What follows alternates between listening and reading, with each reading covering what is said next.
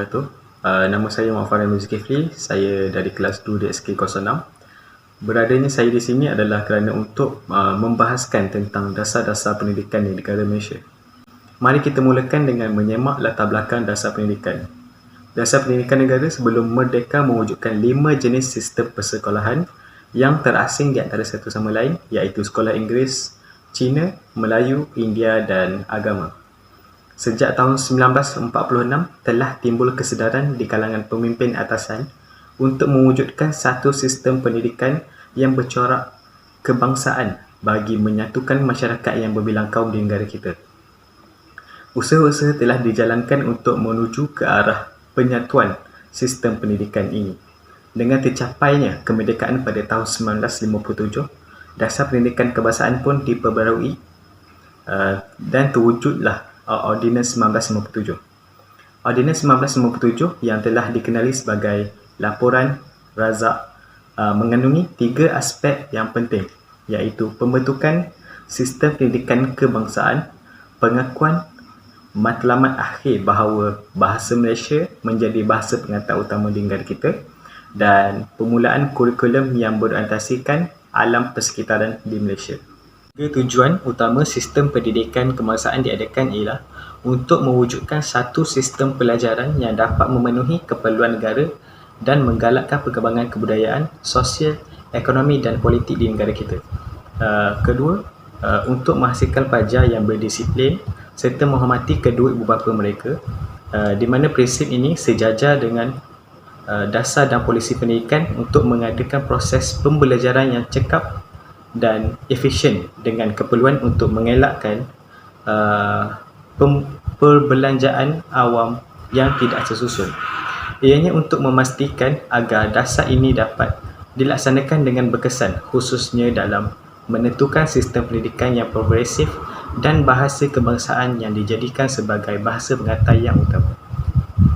Seterusnya, beberapa strategi telah digubal oleh pemimpin kita untuk melaksanakan dasar pendidikan. Antara dasar pendidikan yang telah digubal adalah menjadikan bahasa Melayu sebagai bahasa pengantar di seluruh sekolah di negara kita. Yang kedua adalah mewujudkan peperiksaan secara sama rata. Yang ketiga, meningkatkan penegasan kepada pendidikan asas dalam 3M. 3M bermaksud membaca, menulis dan mengira. Ini juga melibatkan pengajaran pemulihan.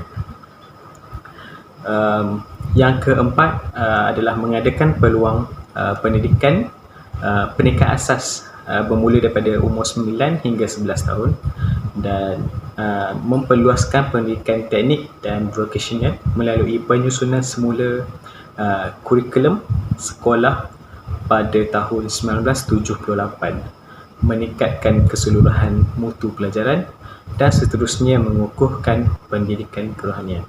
Kesimpulannya di sini adalah dasar digubal dan dilaksanakan untuk tujuan disiplin, inovasi, solusi, motivasi dan kebajikan perkhidmatan. Dasar yang digubal ini dapat membantu negara kita Malaysia mencapai keharmonian, keadilan, penambahbaikan dan pemantapan dari segala aspek. Perubahan dasar dan hala tuju dalam sistem pendidikan adalah selaras dengan arus perubahan global dan juga modernisasi. Kita beralih ke isu yang seterusnya, iaitu isu pengurusan pekerja asing di negara Malaysia. Menerusi satu kenyataan, Datuk Seri M. Saravanan berkata, majikan juga digesa memberi keutamaan kepada pekerja tempatan dalam penawaran dan pengisian kekosongan jawatan yang ada sebelum tawaran itu dibuka pekerja asing. Majikan juga perlu merujuk senarai atau data pekerja asing yang telah menjalani saringan COVID-19 dalam laman web MyEG. Hanya 2 perspektif yang wujud berhubung kedatangan pekerja asing di negara kita, iaitu perspektif positif ataupun negatif. Menyedari bahawa perlu untuk menjelaskan masalah ini, saya di sini untuk membincangkan dengan anda semua mengenai masalah kehadiran pekerja asing. Terdapat pelbagai pendapat mengenai isu ini. Pada masa yang sama, tidak dapat disangkal lagi bahawa kehadiran pekerja asing menyumbang kepada pertumbuhan ekonomi negara kita sendiri, kerana mereka perlu segera mengisi kekosongan dalam bidang seperti pembinaan, pembuatan perladangan, pertanian dan perkhidmatan.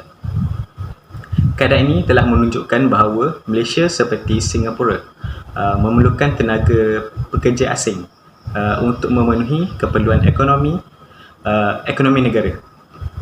Sehingga kini dianggarkan terdapat kira-kira 2.2 juta pekerja asing yang menetap di Malaysia.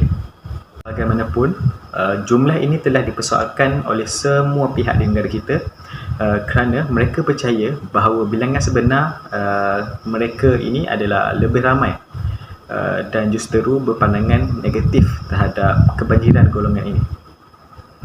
Sesetengah orang juga percaya bahawa pekerja asing ini sememangnya telah menyimpang dari industri yang sepatutnya. Ini kerana orang ramai tahu pekerja asing ini berniaga di pasar malam, membuka kedai dan menyertai ekonomi lain yang terdapat di negara kita. Tambahan lagi, dengan keadaan geografi di negara kita, Malaysia, sepanjang negara kita agak terbuka. Disebabkan itu, kebanjiran ini telah mendatangkan kesulitan kepada penduduk negara kita kerana mereka berpendapat peluang di kampung telah dirampas oleh orang luar seperti mereka. Itu sahaja pengurusan pekerja asing di negara kita yang dikatakan tidak terkawal oleh sesetengah pihak akan menambahkan pemujaan negara kerana perlu menanggung banyak kos, iaitu kos semasa penahanan sementara dan kos penghantaran pulang mereka. Pendatang asing yang bekerja di negara kita, khususnya yang tidak berdaftar, sudah tentunya tidak membayar cukai pendapatan. Malah mereka dapat membayar sepenuhnya pendapatan mereka ke negara asal mereka. Keadaan ini akan menyebabkan pengaliran mata wang dari negara kita ke negara luar dan seterusnya memberikan impak rugi dari sudut ekonomi kepada negara kita. Walaupun begitu, jumlahnya akan berubah pada masa akan datang kerana perubahan yang kerap dalam keperluan sektor aktiviti ekonomi negara. Oleh itu, mesti ada sistem pengurusan yang berkesinambungan untuk pekerja asing untuk memastikan bahawa akan sentiasa ada pandangan positif terhadap pekerja asing negara kita.